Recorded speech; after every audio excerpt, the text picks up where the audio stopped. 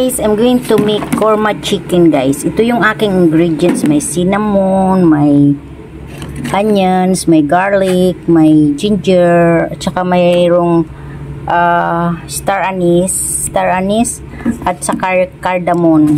Yan. So, ipafry ko po yan, guys. So, lagay natin ang ating mantika sa kawali. Kaunti lang, guys. Tapos, pag mainit na po yan, guys, ilalagay natin ito lahat at atin ipafry. Yan po ang korma powder natin, guys. Yan ang korma powder. Haluin.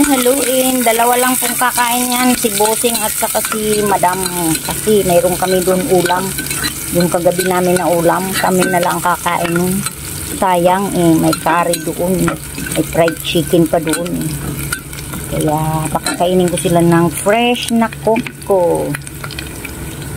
Tapos ito, guys, yung korma, ginawa kong paste.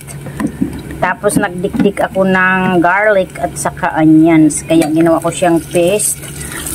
So, luto na siya, guys. So, ilalagay natin itong ginawa kong paste na korma powder. Ayan, guys. So, haluin natin syempre hanggang sa lumabas ang bango niya. Para po siyang curry, pero hindi siya maanghang. Ayan. Yan, halo-halo muna, guys, hanggang sa lumabas yung amoy niya, guys.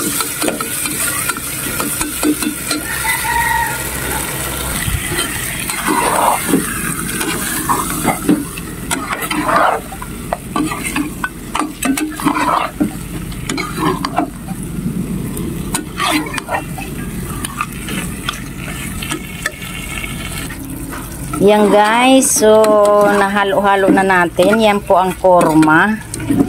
So ngayon lalagyan na natin siya ng coconut milk. Coconut milk, ayan, guys. Masarap ito, guys. Para siyang ginataang chicken. Yan, guys. Lalagyan na natin siya ng sauce. Huwag masyadong maraming sauce. Yung tama lang, guys. Hala! Oh, paihiin. Akala ko palalabasin mo ng ano. Ha? Basap na, anak, kay diretso na ako dide. Sabi kasi niya, hindi pa siya nakakasaing. Ako na lang daw ang magsaing, yung kasama ko. Sabi ko siya na magsaing kasi diretso na ako dito sa pagluluto ko, guys. Natin siya, guys, para maluto. Kaya, mamaya ilalagay ko yung potato.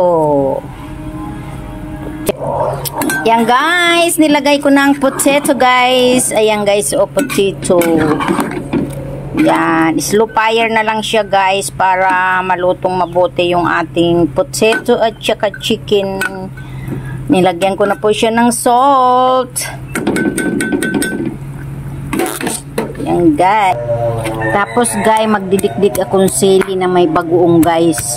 Yan ang sausawa ng aking pritong isda. Pritong isda.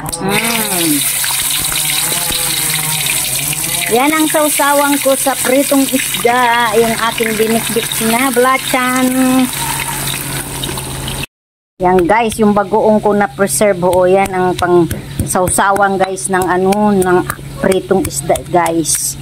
Yan, super yummy yan, guys. Tapos lalagyan ko siya ng calamansi juice. Ay, super yummy.